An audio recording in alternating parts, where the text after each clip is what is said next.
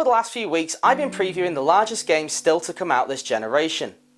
So far, I've done Cyberpunk 2077, Death Stranding, and Marvel's Avengers. Now it's time for the biggest first-party exclusive still to come and my personal most anticipated game, The Last of Us Part 2.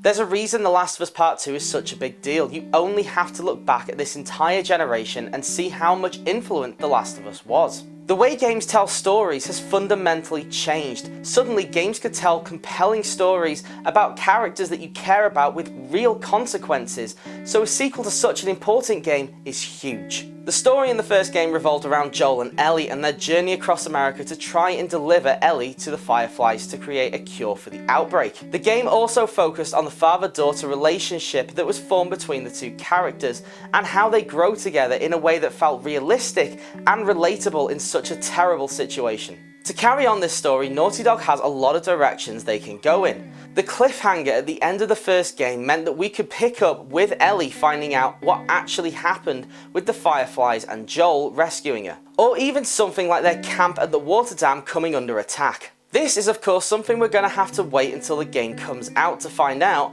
but there's still some things that we do know. The game will be focused around Ellie this time around, with the player taking control of her, much like when Joel was injured in the first game and Ellie got captured by cannibals, and of course the entire DLC for the first game left behind.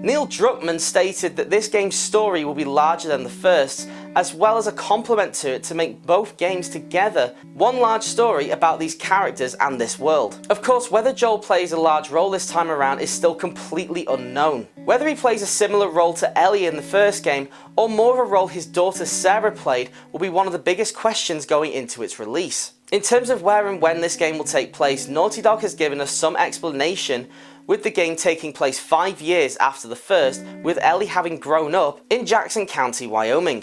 Judging from the 2018 E3 trailer, it would seem that things are going pretty well in the camp, with people dancing, drinking and partying, as well as looking mostly happy. Ellie even seems to have found herself a new partner, which could very well turn out to be one of the reasons they leave the camp. From there, we fully expect the game to move around the US, just like the first did, but Neil Druckmann has confirmed a large portion of the game will be set in Seattle. This could be much like the first game, with a large time being spent in Boston before Joel and Ellie went on a journey across the states. In terms of gameplay, we've only had one trailer so far, but if I'm honest, that's enough. It showed some stealth gameplay that quickly turned into frenzy fighting, which was nothing more than brutal. After killing a few people, Ellie manages to escape and hide a little, and at one point even hide in some tall grass, which is an awful lot like how Drake hid in Uncharted 4. In the melee combat, we see that Ellie is a lot more nimble than Joel was in the first game, and she's able to dodge attacks to then attack with her knife. This includes slicing enemies as well as stabbing someone in the throat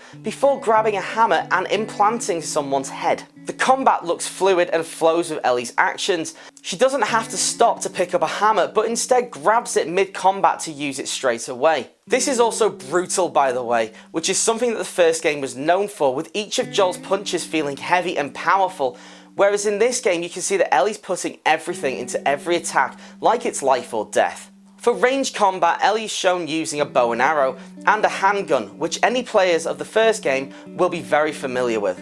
She's also shown picking up and throwing a bottle at an enemy very quickly, and once again without stopping, showing the fluidity of the game.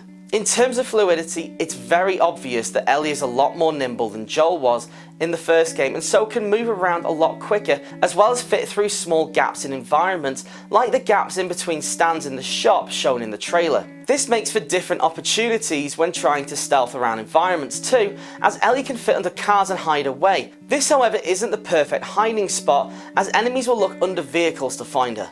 Also returning from the first game is the crafting system, which hasn't been shown off too much as of yet, but we have seen that you can craft different types of arrows, including explosive tipped arrows, to blow enemies apart. Ellie was shown picking up supplies as well, but unlike the first game when Joel would just aimlessly pick up supplies, she actually grabs items and puts them in their bag, as well as arrows which are forcibly removed from bodies to put back in her quill. From all of this, it's pretty obvious that Naughty Dog are doing what they do best, and that's focusing on the tiny details that set their games apart. Little things like showing Ellie pull an arrow out of her shoulder when she gets a moment's break help show how dire the situation is for those characters in this world. Of course, so far we've only seen a small part of one level, and yet this was enough to show us how the game will play for the most part when fighting human enemies. Much like what we got with the hotel from the first game when it was being shown at E3. We still don't know if there'll be anything different when fighting infected, or if there'll be more types of infected.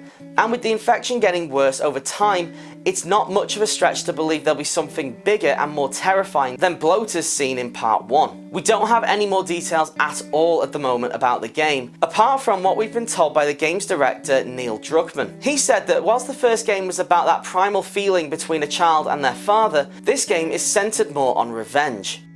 I'm gonna find, and I'm gonna kill every last one of them.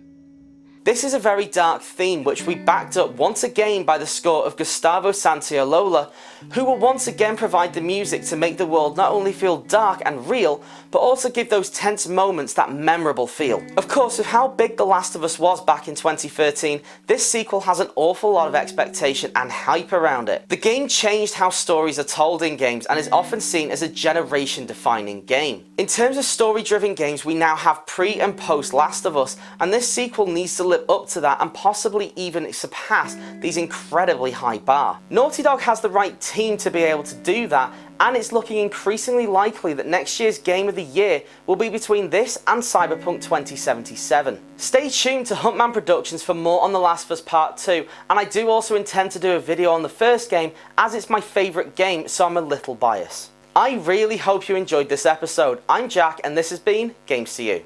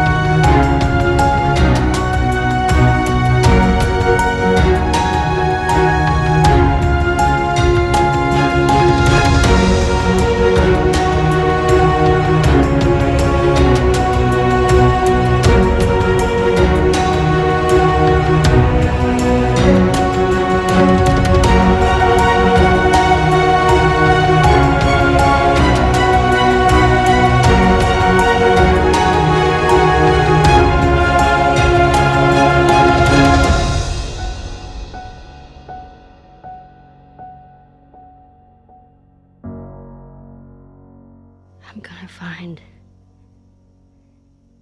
And I'm gonna kill. Every